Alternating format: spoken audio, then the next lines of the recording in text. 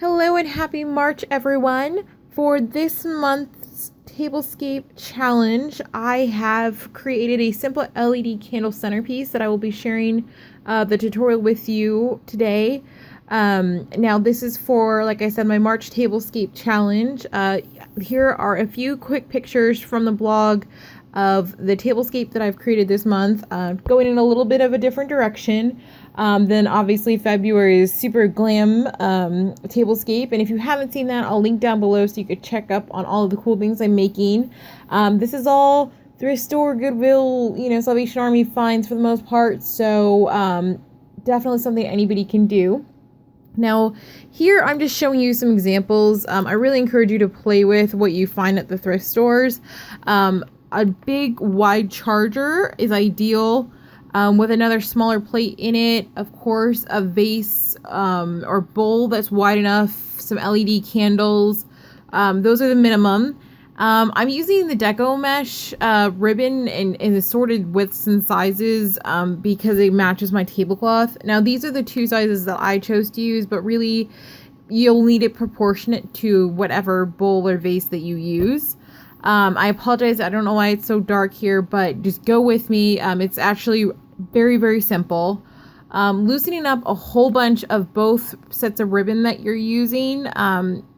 Bend it over, just making like a light loop, and just trying to just get it in there. And if you've ever worked with Deco mesh, you know that this stuff easily sticks to itself and others just due to the nature of how it's made, and that's fine. So what we're trying to do here is essentially you're just creating loops, like if you were to make a bow, and of each I don't know, is that fabric or is it ribbon? I don't know. Each one, and obviously with this, I'm using a pink and a gold because it matches the color scheme of what I'm going for, but do all solids or whatever you want. If you're using two colors, what I recommend doing is I'll say a loop of each, and try to kind of rotate it, if that makes sense, as you get it in there, so that way you're not seeing all of one color on one side, unless that's the look you're going for. But I definitely want the grid patterns here to kind of interlap and show through each other, so I'm trying to rotate it as I go. It does look like I'm kind of a weird process, I get that, but it actually looks really nice and kind of sophisticated but elegant when it's done, I think, just because it's just there's something about the folded and just kind of looped bubbling fabric or ribbon that just kind of looks nice and a little bit refined, and it's different with the different textures in there. So you can see here that I did not rotate it a huge amount at the bottom initially, just because that's just how I wanted to do it, but this is especially where I'm talking about we're getting the extra layers in, so there's a little bit more gold towards the top.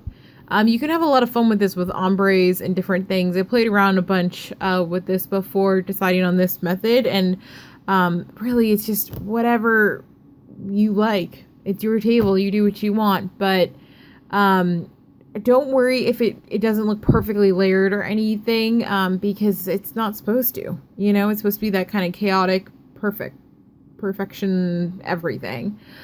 So I tested out my LED candle at this point just to make sure it was able to fit still. And you want to be able to account for the weight of the candle that you're using to know how much ribbon you need, because it looks like a lot, but then once you put that candle in there and the weight, it really pulls down on it. So using your scissors, trim off the extras at the top. Now don't worry about cutting in the vase or the bowl or whatever you're using, because what you're going to do after you trim off the excess, I just cut it off at the top of the vase.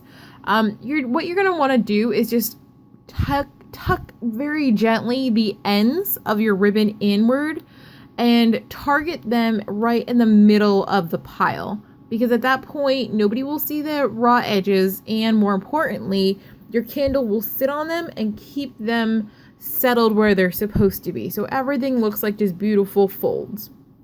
Now from this point on, what you want to do to embellish it and do more is up to you. Obviously, as you might have, or hopefully you've noticed, I didn't just use a charger and this. I ended up putting another plate in the middle that matched my other luncheon plates. All the details of where I got everything is going to be on the blog, but essentially this is all stuff I got at the thrift store, and it makes for a beautiful tablescape for the month, or at least for now, and I'm enjoying it. Very simple, bright, clean, and easy. As always, I'd love to see what you guys are making: tablescapes, nails, DIY projects, garden projects. I'm always doing something, so I love to see what y'all are doing.